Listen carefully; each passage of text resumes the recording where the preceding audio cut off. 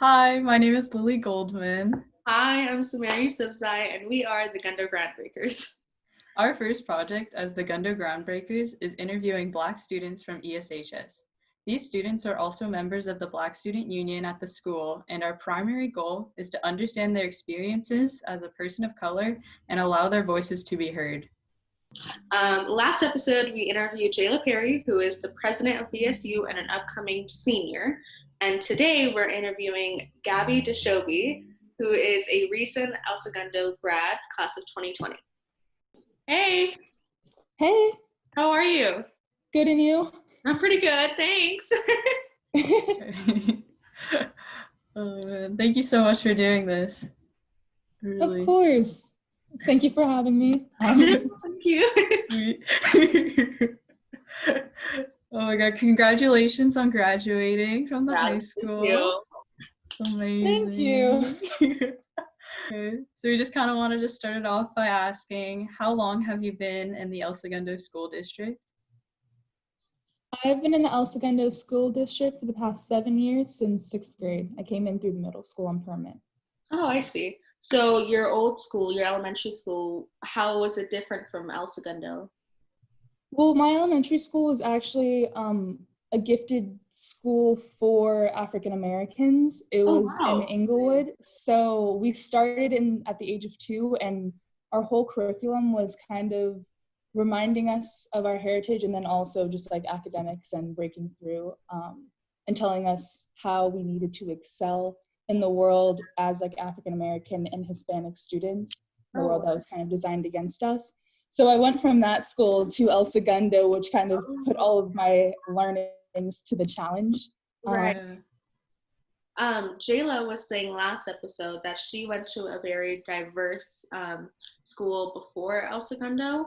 So, and that made her feel uncomfortable of sorts. Did you have a similar experience to that?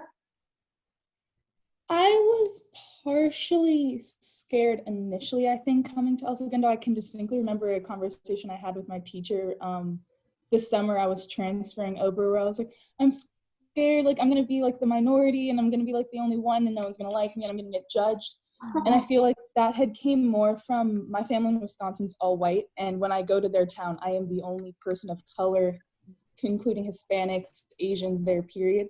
And I always got weird looks, and I assumed that it was going to be similar when I went to school. And I was pleasantly surprised in the sense that I didn't necessarily get treated as an anomaly, almost like an alien. Mm-hmm. But of course, there was still a lot of cultural differences that proved as like a disadvantage and did make me uncomfortable. Mm-hmm. But it was definitely a weird transition, and I was definitely kind of scared for it because I already knew whenever I went into a completely white space, mm-hmm. that there was always something that would happen racially that would make me uncomfortable. And going in for orientation, I only saw 5 other Black people, and I was like, oh, this is going to be like an interesting time. Right. And so obviously from middle school to now, a lot has happened. And recently you've joined the organization, or you became a leader in El Segundo for Black Lives. Congrats. Can you just explain your role a little bit and what you do with the organization? Well, what I'm hoping to accomplish is to implement a curriculum within the high school, and hopefully potentially the younger levels as well, that help promote an allyship program to create a more diverse, welcoming community for minorities of all types. Okay, and follow-up question to that, what has encouraged you to join the leadership team, and why do you feel the need to join something like this? I feel like it's important because I never want anyone else to have to grow up going what me and a lot of my friends in my grade and the grades above went through. And I feel like school is supposed to be a place where it's a welcoming environment. You should feel comfortable and open to express yourself and learn, because it's obviously not just an opportunity to learn academics. It's a place where you're supposed to learn more about yourself. Mm-hmm. And I did not have that opportunity at Segundo, and I know a lot of other minorities that didn't either. And so I want future children of color and other minority groups to feel welcome and feel at home at the place that's supposed to be is their home, a place where they're supposed to be comfortable and met with like love and acceptance and learn about themselves. Oh yeah, that's amazing. I'm really excited that we have El Segundo for Black Lives. I think you could do good things. I'm excited. And especially having youth leaders, it provides a different perspective, I suppose, and different aspects that the adults in the community like can't provide. So it's great that you and Latina Daniels is also a leader and working alongside you, Gabby. So it's great that you guys are both on the curriculum front, honestly.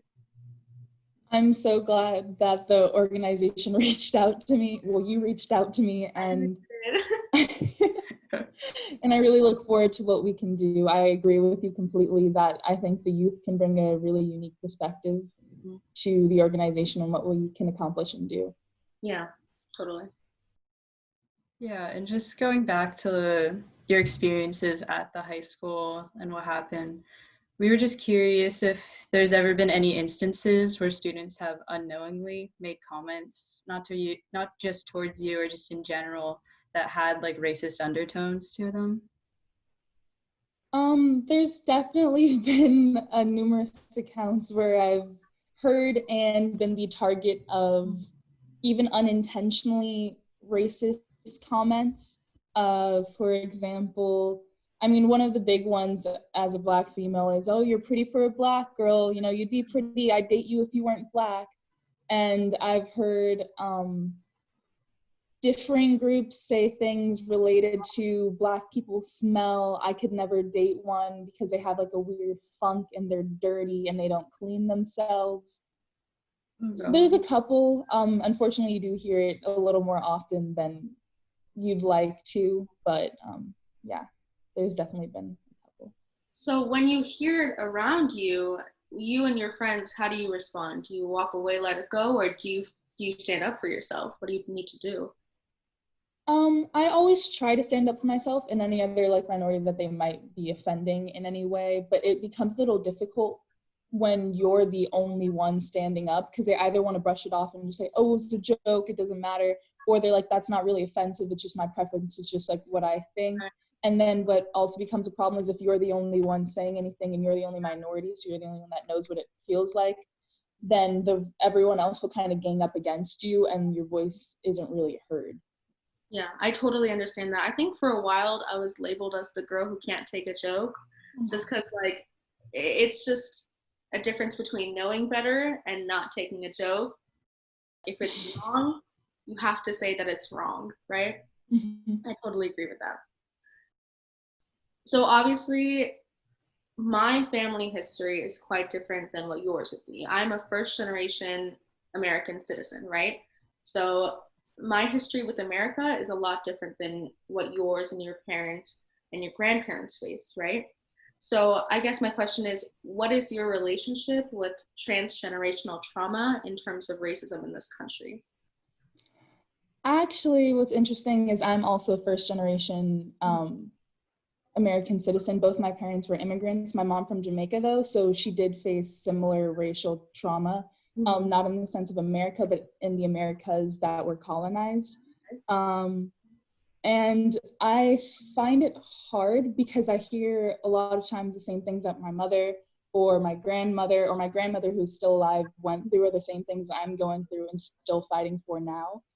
And it's kind of scary to see how people like to keep thinking that everything was so far in the past, but the way that people have treated your community kind of also affects the future generations, not only because they're still affecting us, but I can see the trauma that my grandparents and my other family members have gone through facing racial oppression and injustices, and the things that they had to instill in me because of things like that from a very, very young age.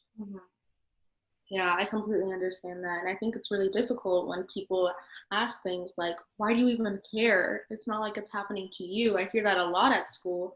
And I think that's why when I say you and Latina, when you guys are working on the curriculum, I truly from the bottom of my heart think that's a beautiful thing, because the arrogance that are in these kids, and they just don't know the words that they say weigh heavy, and they don't realize that. And when they say things like, why do you even care? Why do I care about racism? What do you mean, why do I care about racism?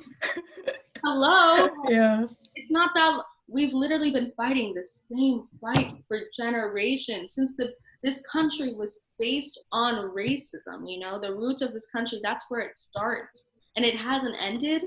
What you're going through is what your parents went through, what your grandma went through. That's ridiculous. It should not be happening.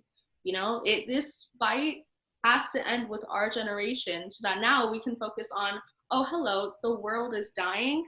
We need to focus on that too. Yeah. And then take a step outside this country. Have we looked at Yemen recently? Oh, yeah. The world is on flames and we need to start it with our schools, you know? And I'm glad that the district has really taken a step recently and trying to include everyone, trying to have panels and discussions about Black lives, and you and Latina and Tanya, obviously. So I appreciate what you guys are doing.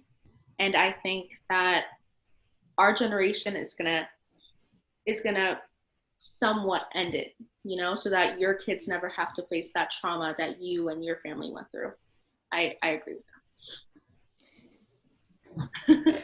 I love that. Okay. Sorry, just a little rant there. No, that was It beautiful. was beautiful. I loved Yeah. it.